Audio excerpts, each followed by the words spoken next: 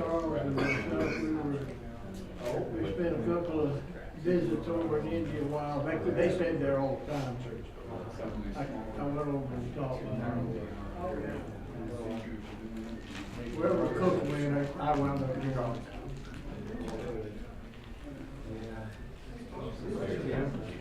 Oh,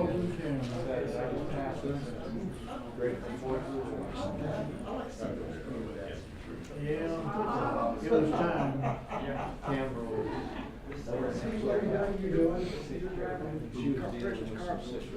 Oh, yes, you know.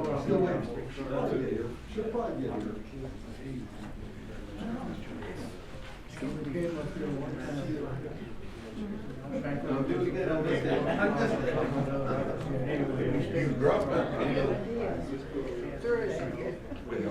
It didn't stick, so it's good.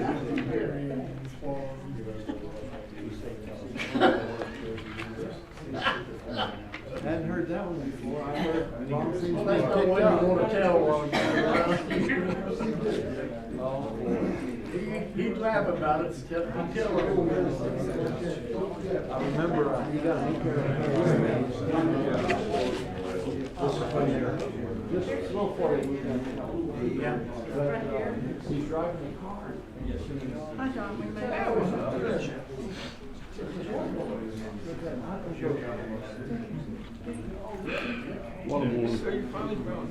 Blinker.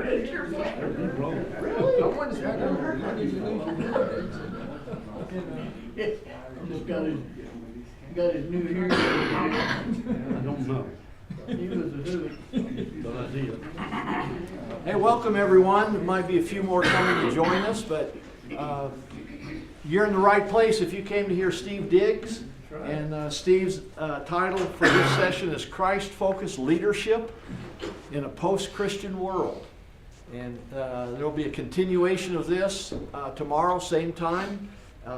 Steve, after about 25 years in his own business, decided to sell the company. He's been with the Antioch Church of Christ in Nashville since that time.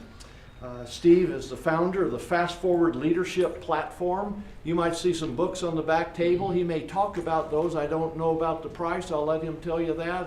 But I'm sure he'd be happy to sign one if you want to buy one and take one with him. He's authored 11 books. He's been a friend of Sunset for a long time. A great motivational speaker. Maybe you've heard him before. Maybe that's why you came today. He and his wife Bonnie have 4 grown children and 7 grandchildren. Steve, 10 now. 10 now. Okay. Well, I was going to say I got you beat because I've got 8 grandchildren. Oh well. Some of ours are rentals. We just bring them in for Christmas. They're cheaper that way. Yeah. No, that's great. Hi, come on in. Hey. Sorry. That could be different holidays. Something that makes Steve special to all of us who have a connection with Sunset is because he formed a friendship with Victor Ellison many years ago. Victor is a graduate in '82. He did mission work in India for about 20 years and then was on the faculty here. Passed away 5 or 6 years ago, but dear friend of mine, but their friendship goes way back. And I'm always glad to see Steve. He's always glad to be at Sunset. So I'm going to lead us in prayer, and then we'll encourage him to come and speak God's word and encourage us through this message today. Bow with me, please. Thank you, dear Father, for the way you love us and how you've blessed us. And thank you for this brother whose aim is to honor you in all that he does. Thank you for the way you've gifted him in so many ways and how he's used that to honor you. Pray that you'll bless us all this time together. Again, we thank you for just the occasion that brings us together, the reuniting with many friends and the making acquaintances with new ones. Thank you for the body of Christ and the love that is shared, and pray that you'll help us to grow and always do what's pleasing to you as we try to reach out to others in the world. Thank you again for loving us. In Jesus we pray. Amen. Amen. Steve, come. Thank you, Ron. Preach to us. Praise the word. Well, thank you, guys. You might have heard about the old guy. He was not a very happy dad. His kid had ended up in jail. So he writes his son in jail. He says, "Dear son, I am so sad. It's that time of year when you and I used to plant the tomatoes together. But I'm an old man and I can't do it. And you're in jail. I'm just so sad. Love, Dad." Well, about 2 days later, Dad gets a letter back from his kid in jail. "Dear Dad, don't dig up the garden. That's where I buried all the bodies." Well, sure enough, the FBI gets the letter. They come, they swarm the place, dig up everything. Can't find anything. Come and peck on the old fellow's door, apologize, and leave. About 2 days later, Dad gets another letter from his kid in jail. "Dear Dad, sorry I couldn't be there to help. I hope you enjoy the garden. It was the best I could do in a hurry." I'm going to try to do some important things this morning here in a hurry. And I've got to be honest with you as we get into this. By the way, am I supposed to be recording this for anything? Is there? Yeah. Oh, How many click for this? well, let's see. What can I swallow? Maybe it'll get my. No. Let me see if we make this thing happen this way. There you go. The guys are going to love listening to all this thing rustle through my shirt, but it might hang up here just There you go. okay that way. Let's see. Let me get it. No, let me do that. Get to it just fine. Do you have your lanyard clip? You probably I have your don't, lanyard. but this will, I think we're okay. Is that okay? That's good. All right, I just realized somebody said that they wanted to get the tape of this thing, and then it dawned on me, well, I don't even have a microphone to tape it. Maybe they're taping from, who knows these days.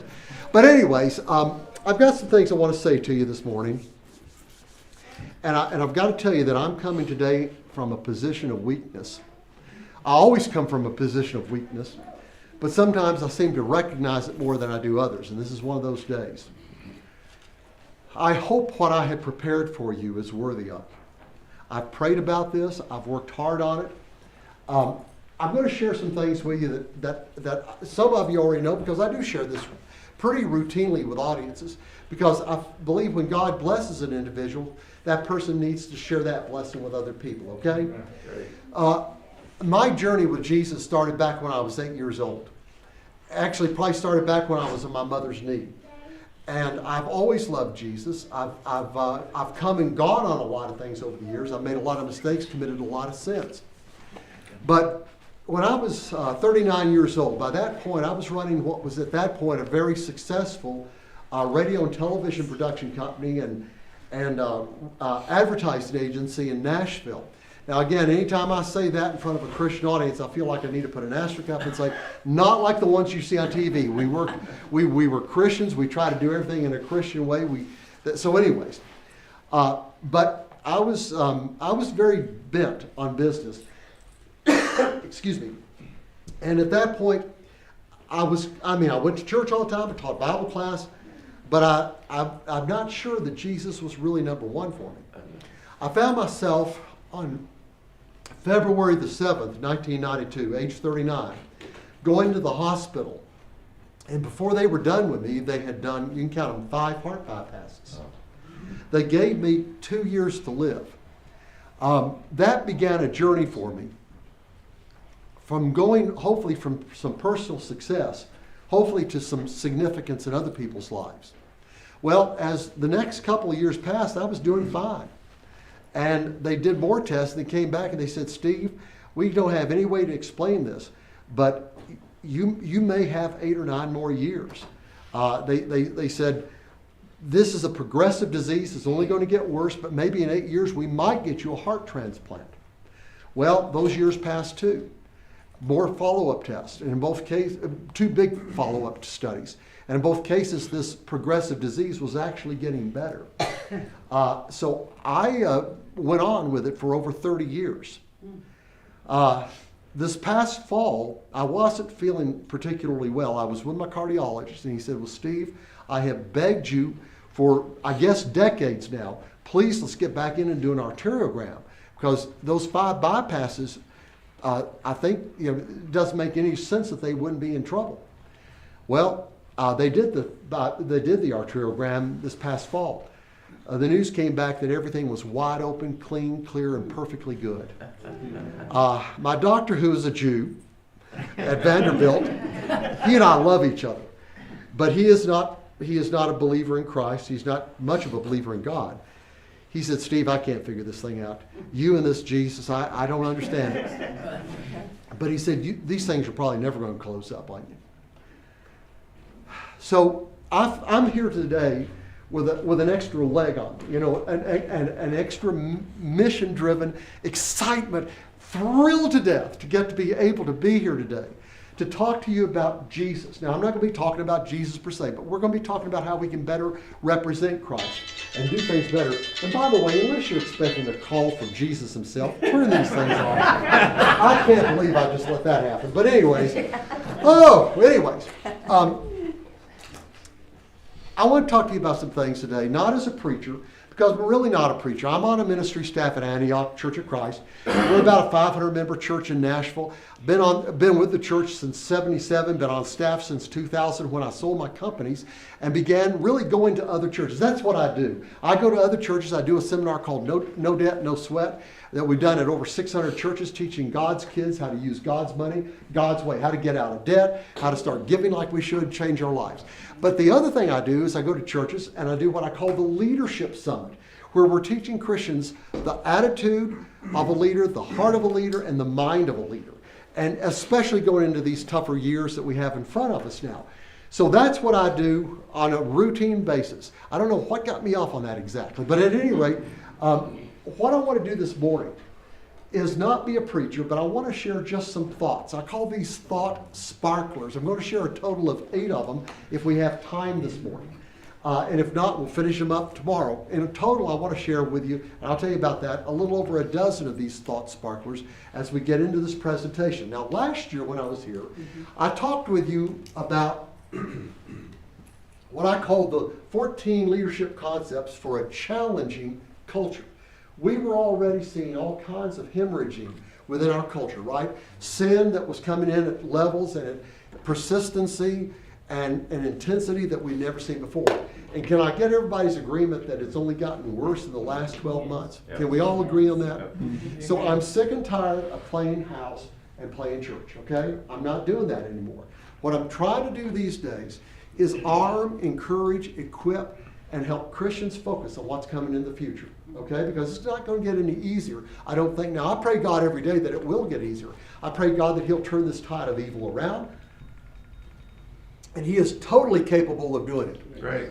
But if he chooses not to, I want to be in a position prepared to be the kind of man that he needs me to be in this culture to best reflect him. So today, what I want to do this year is I want to change the topic just a little bit. And let's see if I can get this thing to operate. What's going on here? Well, let's see. Maybe I'll do it this way if I have to. At any rate, I want to talk to you today about 15 more leadership concepts for an increasingly challenging culture. We're only going to do about 7 or 8 of them this morning. We'll do the others tomorrow morning. These are the concepts that I think are very important to understand. There is no order to these. And I don't expect anybody in the room to take all 15 of these, write them all down. And by the way, feel free to take your camera, shoot pictures of things you see up here. It's a quick, easy way to keep notes, and I don't have anything proprietary that I don't want you to shoot, so please feel free to do that. But look at these concepts and understand that I am not, again, trying to give you a 1, 2, 3 step plan here. What I'm trying to do is give you 15 concepts that, like I started to say, I don't expect any of you to take all 15 of them, lay them down, and start using them together because you just won't do that. What I hope you will do, every one of you, is find 2 or 3 of these that you'll say, wow, these are things I can put under my belt, I can begin using tomorrow morning, and it will fit what I'm trying to do in the world that I'm living in right here, right now. So if this thing seems a little bit disjointed, disembobulated a little bit, it is. And just deal with it, because I don't know any other way to, I'm just kind of giving you a laundry list of some things to look at here as we get into it. My mission today is simply this. I want to talk with you a little bit about the modernism and postmodernism that we are living with in today's world. We today have 2 worlds at war. Now listen carefully to me. I'm going to define terms here. This is important. If you are much over 50 years old, you probably grew up in a modernistic thinking world. It goes back about 400 years, the age of modernity, the age of modernism. It was sometimes called the age of reason. During these centuries, We were taught systematically that if you got enough facts and stacked them on top of each other, you would come to a clear, inevitable conclusion. Didn't matter how you felt, thought, or acted, the facts were the facts were the facts. Okay, that's the way we grew up. Now, if you're much under 50, you have grown up in what's known as the postmodern world. You've been taught, now I hope you haven't bought into it, but you've been taught that your truth is your truth, my truth is my truth. It's all about how we feel. We don't ever want to offend or hurt anybody. Everybody has sensitivities that we don't want to cross over, and we just have to be nice. There is really no absolute. Now, that is what postmodern thinking essentially says. Now, I happen to be sympathetic to both sides. I am very much a modernist in the sense that I believe that absolute truth is absolute, period, end of sentence, end of paragraph, end of the book, okay? But on the other side, I'm sympathetic to my Z friends and my millennial friends who look at me and they say, well, Steve, if you've got these answers, then why in the world are you so harsh? Why are you so tough about things? Why don't you show some compassion? I get that, and I understand that. But this is the war that is going on in the world today. We have to understand what we're dealing with. And in a nutshell, now by the way, we could spend 6 weeks just talking about this one topic, but in a nutshell, that is what's going on and what we're dealing with. So we have to ask the question, each one of us, what kind of person am I? And you've got to ask yourself the question, are you a glass half empty or a half full sort of person? Now, obviously, I hope that we're all half fullers.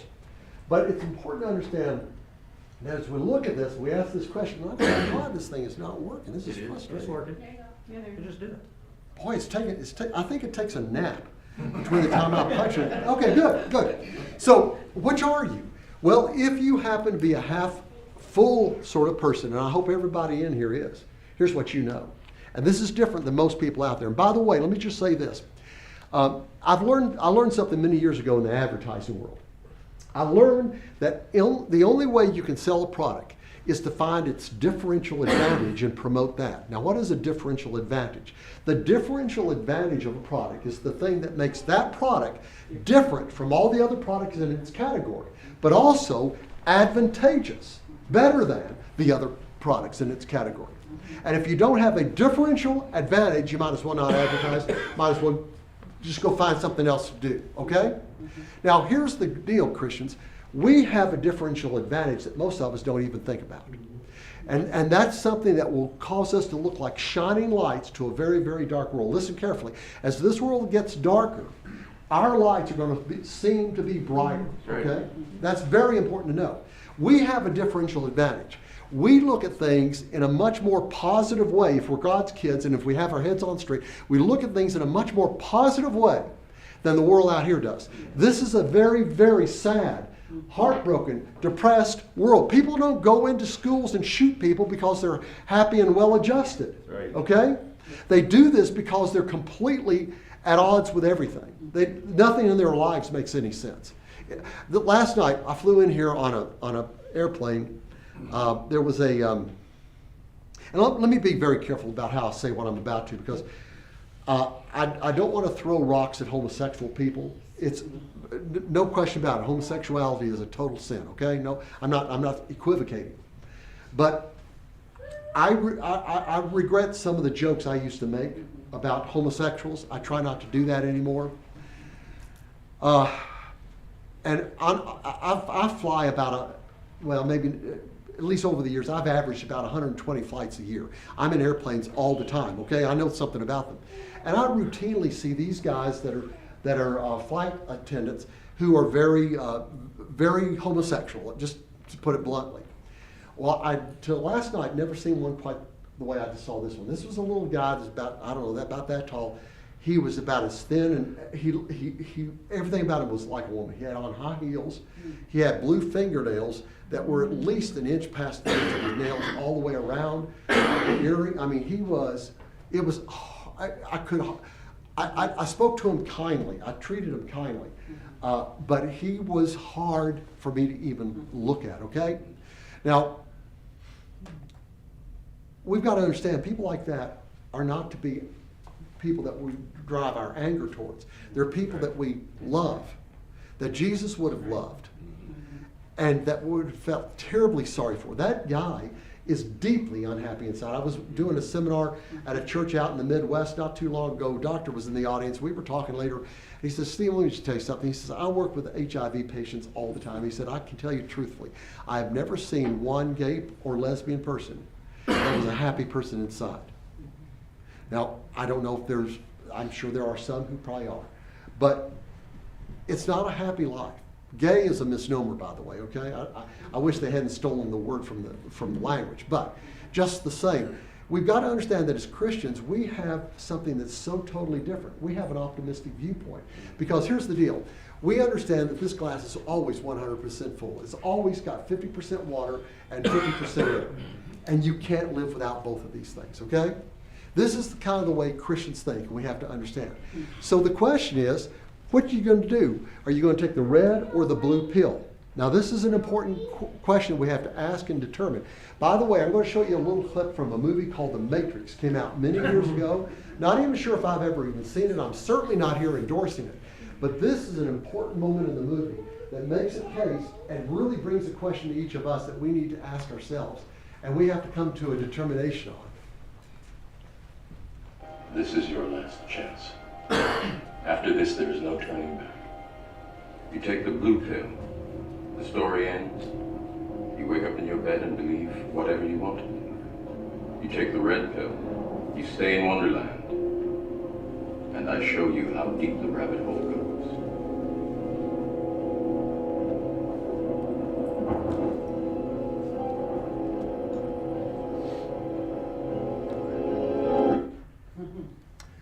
Here's my question. What are you going to do? In this audience, which person are you? Are you the person that's going to take a red pill or a blue pill? Now, I want us to just sort of stop and drink this in for just a moment, okay? Because this is a big question. Are we inclined to go down the rabbit hole and really search for truth and keep on going, even though it's not going to be particularly pleasant most of the time? Or are we just going to laissez-faire and go on the way we always have? And here's the issue. The older we get, the more we are going to tend to default to the blue pill. I hope I never take a blue pill, Christians. I mean, it's all fine to kind of live in, I started to say Disneyland. I don't even like Disneyland anymore. But, I mean, it's all fine to kind of live a life of flowers and utopia here on earth. And many of us that are older kind of got to do that in the 50s and the 60s before things got so crazy. And we kind of want to just kind of be there forever. We want church the way it was always before. We want church to be a church, you know, that is as white bread and is as much the way it was in the 50s and 60s as it ever was. That's what we really want.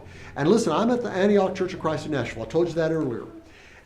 We are a church that is a thriving, growing church. But we're in what used to be a great middle-class section of town that has become a high crime area. It is completely mixed. I guess there's probably upwards of 20 different nationalities right around the church building.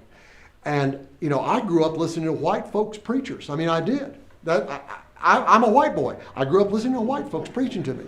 Well, about 3 or 4 years ago, we decided we were going to hire a guy, and he is definitely not of the white persuasion, okay? Patterson Morgan is one sharp minister. Actually, he's from Trinidad. I don't really know why. I mean, but he's black.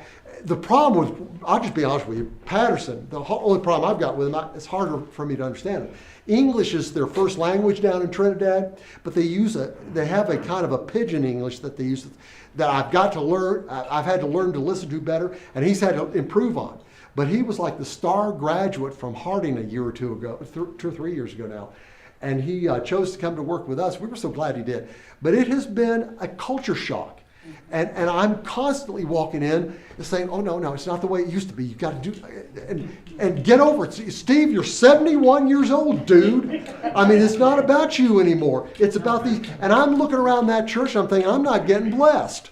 But then I'm looking around and I'm seeing all of these young people sitting on the front row taking notes, listening and learning. Please have enough guts to swallow the red pill. It's important. If you don't, you're going to become completely irrelevant to whatever goes ahead of us. Are you taking comments? Why don't you make one? We'll just see how far this goes today. Go ahead. Well, the red pill and the blue pill illustration it's like a whole can of worms. I could come up with verses that apply to this. And I was just wondering if you could, if you had time to expound on it. I really don't, but here's what we'll do at the end of this hour. If I get through this material, we'll stop and we'll do that and everything. Would that be okay? Oh. Fine. Okay, all right. Because I do kind of want to move on with it, but do most of you at least kind of get the grip of what I'm trying to communicate here? And again, I'm not trying to go into a lot of nuance on this. I'm sure that the analogy may or may not hold up, in all forms. But my point is, let's always be people who are willing to keep on digging deeper. And again, we never compromise truth. But we have to be people who, we never compromise the message, but we better be people who are ready to change our methodology. Does that make sense? Okay, that's what I'm trying to do. Jesus said, I'm sending you out like sheep among wolves, therefore be as shrewd as a bunch of snakes, but be as innocent as doves. That's our calling. That's what we need to be and be about in this world. Here's something else we're going to have to do if we do this successfully. We're going to have to become people who become contagiously enthusiastic, and more than that, sincerely enthusiastic. I'm not talking about some kind of Joel Osteen, car salesman type sort of thing, just everybody's. We're not going to always be happy, and I'm not suggesting we need to be, okay? But at the same point, we need to be people who are enthusiastic, breathed in from God, with an understanding that there is reason for optimism, true enthusiasm. Because if we don't communicate this, people in the world are not going to find anything pleasant about our message. Enthusiasm is that energy, intense zeal, the inspiration, the focus, the fervor, the excitement, the enjoyment found in people when they are possessed by a conscious or unconscious desire to do a thing. I would submit that we, of all people on this planet, have a thing to do. And that's to make sure that people know about Jesus through our behavior and through our words, whatever we can, okay? And we need to have this enthusiasm. Nobody's going to come to Christ if you lead with criticism. Nobody's going to come to Christ if you're just kind of one of these negative people who wants to argue every point. That's the thing to be aware of and look out for. Enthusiasm, whatever you do, and I like what Paul said, whatever you do, work heartily as for the Lord and not for men. Why is that? Paul says, rejoice also, always, pray without ceasing, give thanks in all circumstances, for this is the will of God in Christ Jesus for you. I can't say that enough. I used to think, well, just pray without ceasing meant, just pray routinely. And I guess that may be what it means. But let me tell you something. These days, I'm finding that no matter how many times I wake up in the middle of the night, I'm kind of in a prayer. I'm just that way anymore. And I'm loving it. It's peaceful. It's good. And I'm just thanking God. And that helps me be more enthusiastic when I'm focused on thanking Him instead of always asking Him. It changes things. Count it all joy, my brothers, when you meet trials of various kinds, for you know that the testing of your faith produces steadfastness. And let steadfastness find its full effect, that you may be perfect and complete, lacking in nothing. So here's the fourth concept. And that is, if we're going to do this stuff, we've got to be the real deal. Today I was coming over here in an Uber. The driver and I got talking about Christ.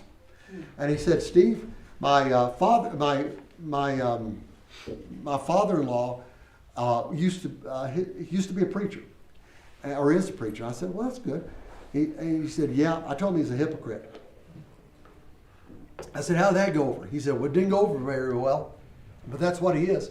He's a hypocrite. And we got to talking about that. It was a good kind of conversation, but I thought it was kind of curious. I mean, we're all hypocrites. Can I get an agreement, an amen on that? We are all hypocrites, okay? And our goal as Christians is not to be hypocrites, okay? So this is something we need to always fight. We always need to try to be the real deal. But it was curious to me that the first thing that this man thought, who is not a Christ follower, the first thing he thought about this preacher in his family was that this man's a hypocrite. We see hypocrisy everywhere, don't we? I don't feel no ways tired. I come too far from where I started from. Nobody told me that the road would be easy. I don't believe he brought me this far.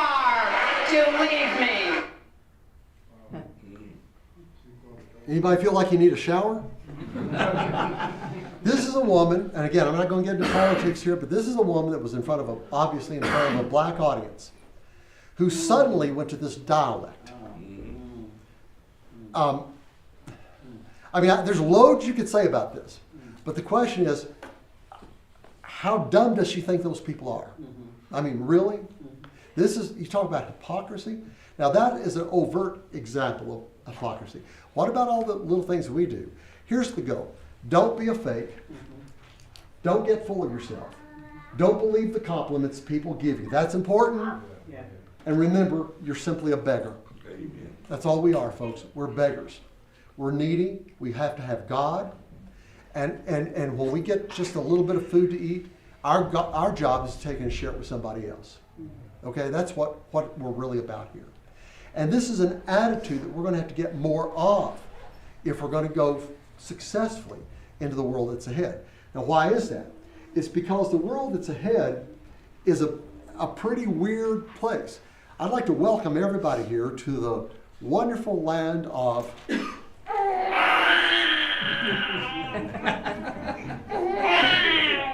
Anybody relate to this? Welcome to the world of shut up. Well, I thought you'd quit. I thought I had heard. Yeah, that's enough of that. Goodness. Welcome to the world of victimhood. We are living in a world, Christians, today where it seems like everybody and his brother wants to be a victim. Right? I mean, everybody wants to be a victim. It's like it's the first thing on the agenda. I want to be a victim. Leaders, listen to this, and I'm speaking to those of you in this room that are leaders, and listen carefully also. I do leadership training. Here's my thesis. When I go to churches and do the leadership summit, one of the first things I tell them is this. Everybody in this audience falls into one of three categories. Either you are a leader and you know you're a leader and you lean into that. Maybe you're a preacher, maybe you're an elder, maybe you're a Sunday school teacher. Or you're what I call, you're a silent leader. You're the person who doesn't maybe think of yourself as a leader, but other folks do. They come to you for advice. They look to you for your opinions. Or you're in a third category of being the leader in waiting. You're that person who is yet to really step up to the bar and say, yes, I want to step into this in a more serious way than I ever had before. Every one of us is in one of those three categories. One of the most important things that you can do for your followers is to help them understand the nature and the danger of victimhood thinking. This is so important. Do not let people that listen to what you have to say, who look to you for your opinion on anything, don't let them get away from you without teaching them on this point, because if you do, then everybody becomes a victim. I want to talk to you, again, this is another thing we could talk about for hours. Not going to do that. But I will tell you that it's a problem everywhere. Harley research in the UK says that having a victim mentality means that you're a person who blames your challenges in life on other people that are around you. And like most behavioral patterns, a victim mentality is a learned behavior that frequently goes back to childhood. The truth is, most people that think of themselves as victims have parents who think that way. And they, in many cases, have parents who thought that way. And on it goes. Somewhere we have got to break this cycle, because it's a killer. It's a killer. It works into the hands of the worst people on the planet. We do not need to live this way. Here are some of the manifestations of victimhood thinking. People that think of themselves as victims, they have kind of a grievance mentality. They always feel like they have the right to be upset about things. They look to others to blame for their problems. Their problems are other people's fault. They deny personal responsibilities for the problems they have in their lives. They lack a sense of self-reliance, an ability to fix. Now listen, this is such an important thing. This is where victimhood thinking kills. It takes away our own sense of self-containment, our ability to contain ourselves and to fix ourselves. Our self-reliance. That's exactly what kills us.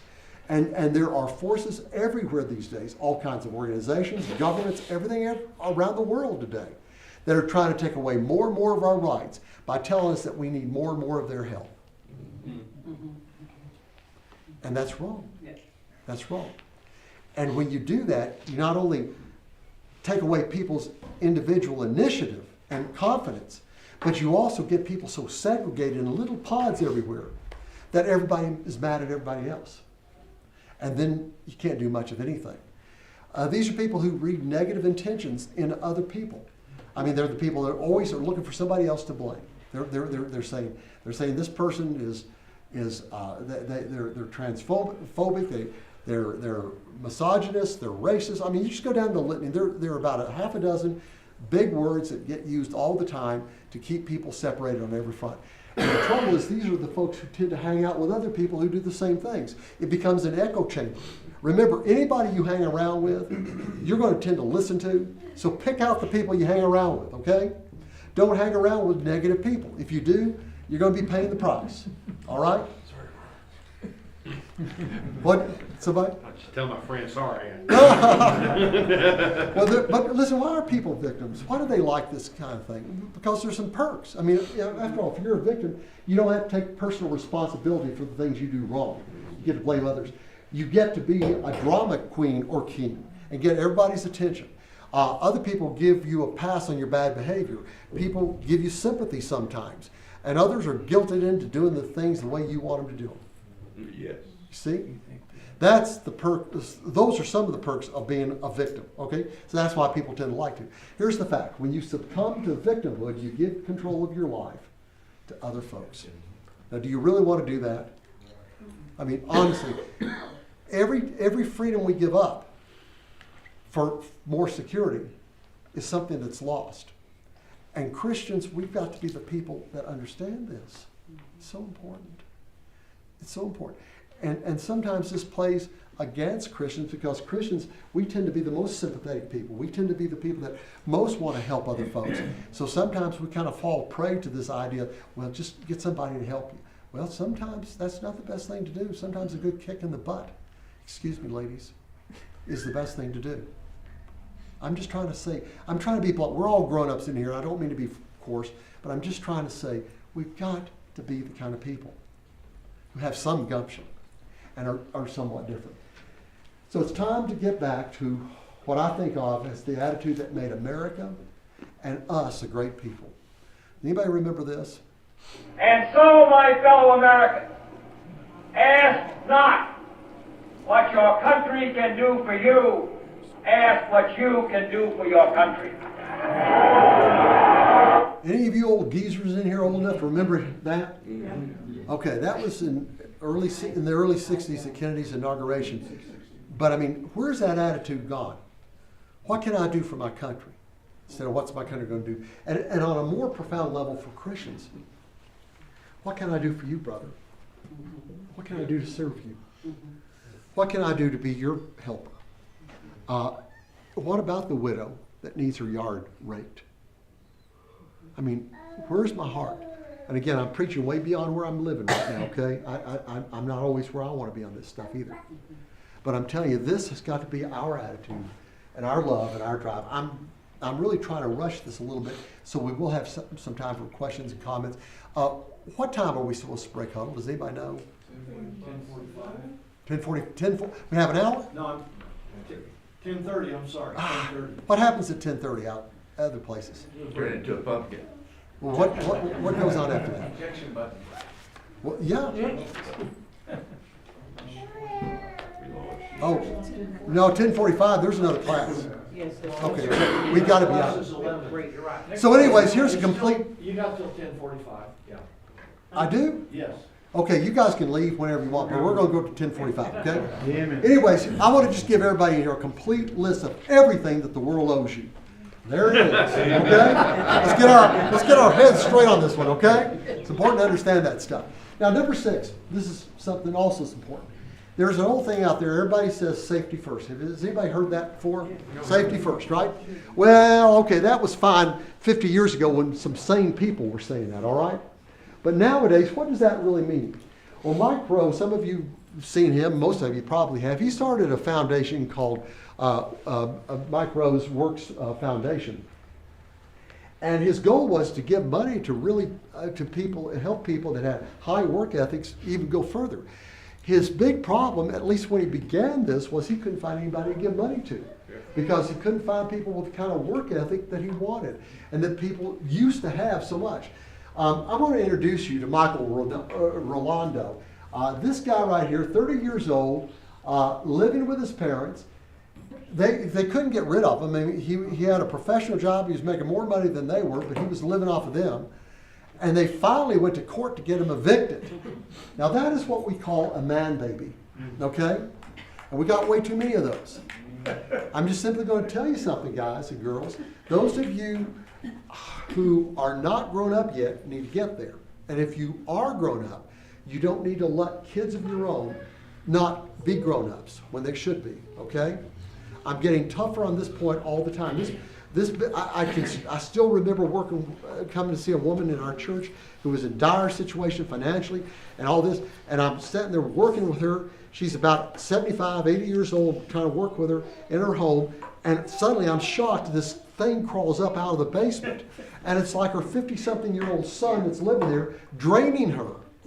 I mean, this kind of thing goes on.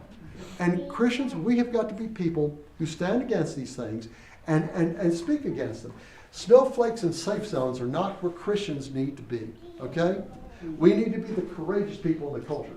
Safety first, I say absolutely no. Safety is a worthy goal, but safety first, as Mike Rose says, is the stuff of idiocy, okay? I mean, we could say safety first. We don't want to have any more car accidents. Okay, great.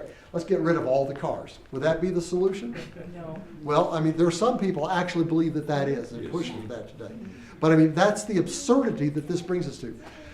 When you accept safety first, you're assuming that someone else cares more about your safety than you do. And I'm tired of that. And again, Steve, is this all Bible stuff?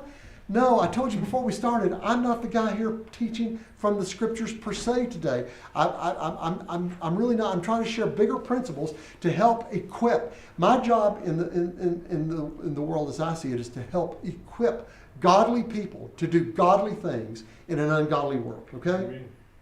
And so that's what I'm trying to do. I'm not talking to a group the way I would if you were young Christians or people who weren't Christians, okay? This is important to understand. This is not the way I teach when I go to churches, by the way, okay? I just don't go here. I'm teaching hardcore stuff here. Here's the question. Do you want to spend your life riding a tricycle 3 miles an hour, wrapped in bubble wrap, or do you want to take some reasonable risk and see what you can be? That's what it comes to. And we have to make those decisions. Like these days, almost every day, it seems like. So what's the deal here? Well, we have to understand Satan's tricks.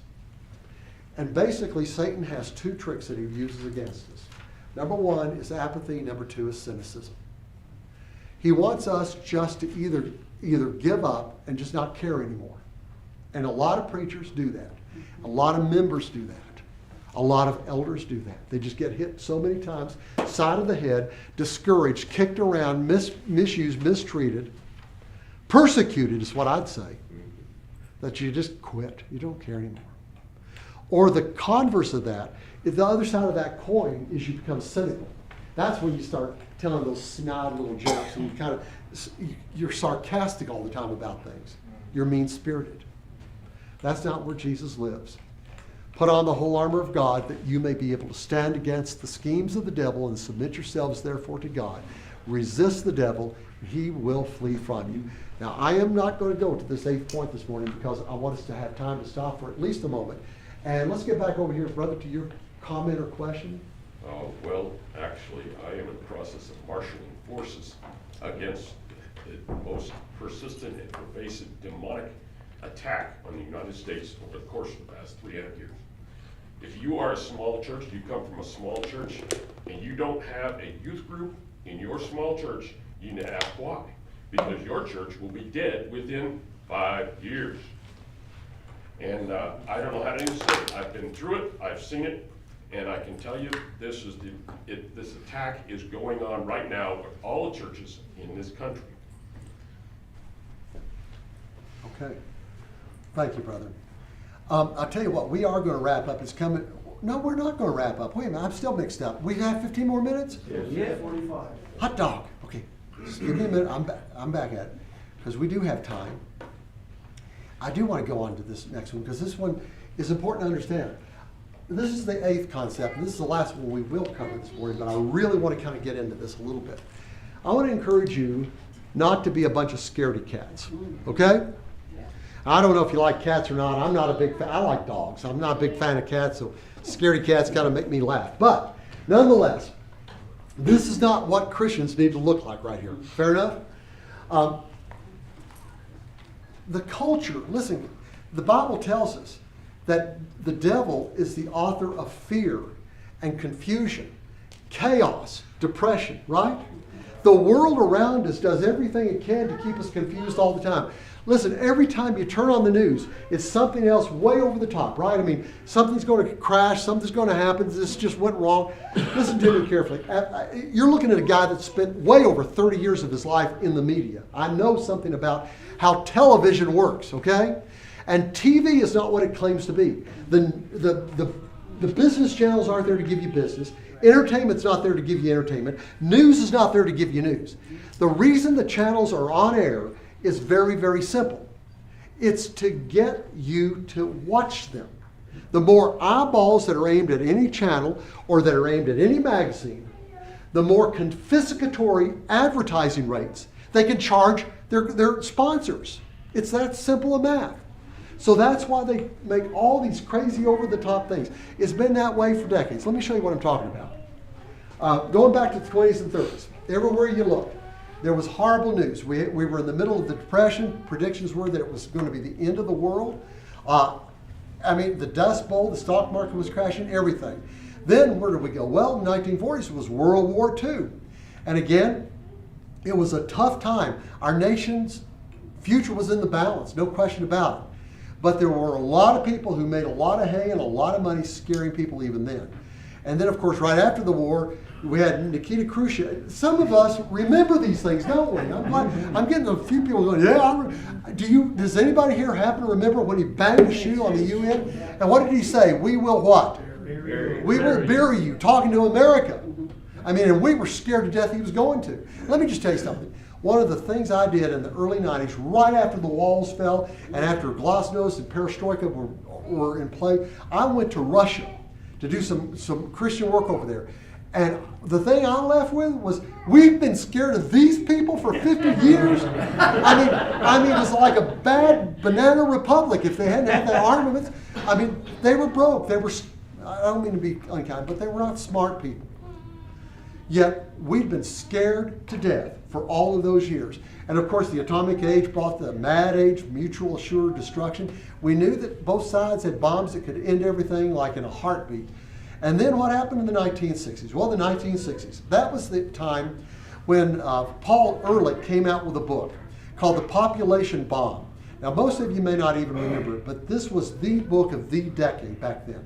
This was a book that predicted worldwide famines, civil unrest, war upon war upon war, never ceasing.